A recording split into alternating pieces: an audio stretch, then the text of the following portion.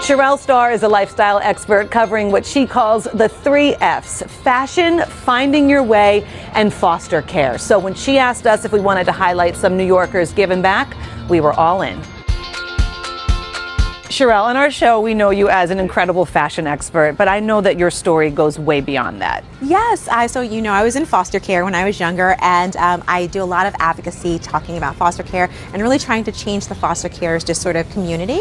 But I also was just recently featured in Humans of New York, and the community just loved on me nonstop, just giving me this positivity and great vibes. So I wanted to share that with other organizations as well. And so what are we doing today? So today we're actually here at C&B Cafe, which is an awesome cafe on the Lower East Side. It's owned by Ali Sahin, and he is an amazing baker, an amazing businessman, but just amazing to his people and the community. Yeah, and I know today that we are featuring New Yorkers giving back, and I know that he did in a really big way, especially during the pandemic. He did. So at the height of the pandemic, when everything was really scary and people were really worried about getting sick, Ali sent all his employees home and continued to pay them throughout the pandemic. And then when things got a little tight, he started a GoFundMe account to see if he could get additional money to keep paying his employees so that they can, have everything they need at home. And guess what? The community rallied behind him, and he raised $25,000 to keep paying his employees, keep C&B Cafe open,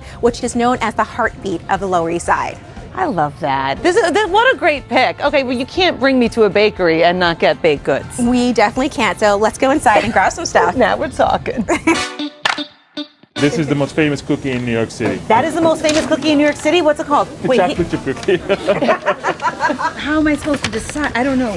This one was staring me at the That face. looks yummy, like a popover. Yes. Sometimes just a regular croissant does. Yes. Wait, did we pick the same thing? Yes. This is That's good. Mm-hmm. Oh, cheers to you. Cheers to New Yorkers giving back. Yes. This is incredible. Okay, Charell, now we have made our way to Chinatown. So who are we highlighting here? We are highlighting 2 amazing ladies, Moonlynn Tsai and Chang.